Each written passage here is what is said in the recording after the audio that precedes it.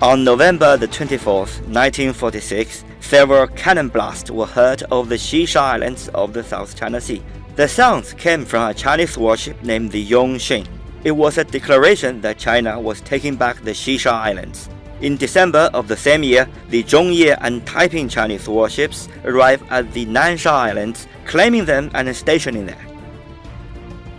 These islands fell into the hands of Japan during the World War II. When Japan lost the war, the Chinese government took back the Xisha and Nansha Islands in accordance with the Cairo Declaration and the Potsdam Proclamation signed by China, the United States, and Great Britain. As a matter of fact, the South China Sea had been a maritime home for Chinese fishermen for more than 2,000 years, and the Chinese government was the first to exercise jurisdiction there. It kept on doing so until the invasion of Japan and France at the beginning of the 20th century.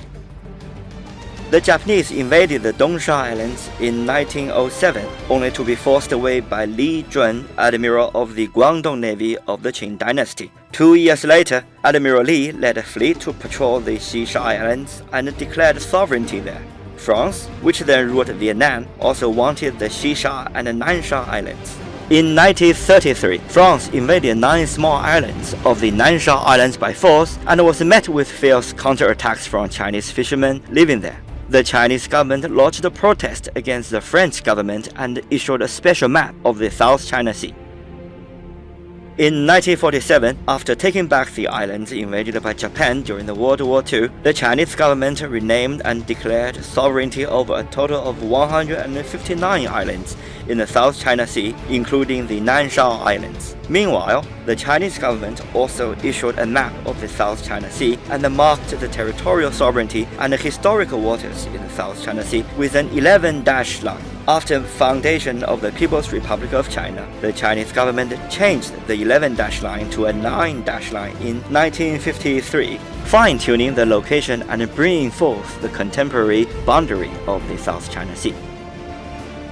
The 9-dash line was recognized by the international community for several decades until the late 1960s, when oil was found there. Countries in the South China Sea began trying to claim sovereignty over the islands there, taking them over and exploiting their resources.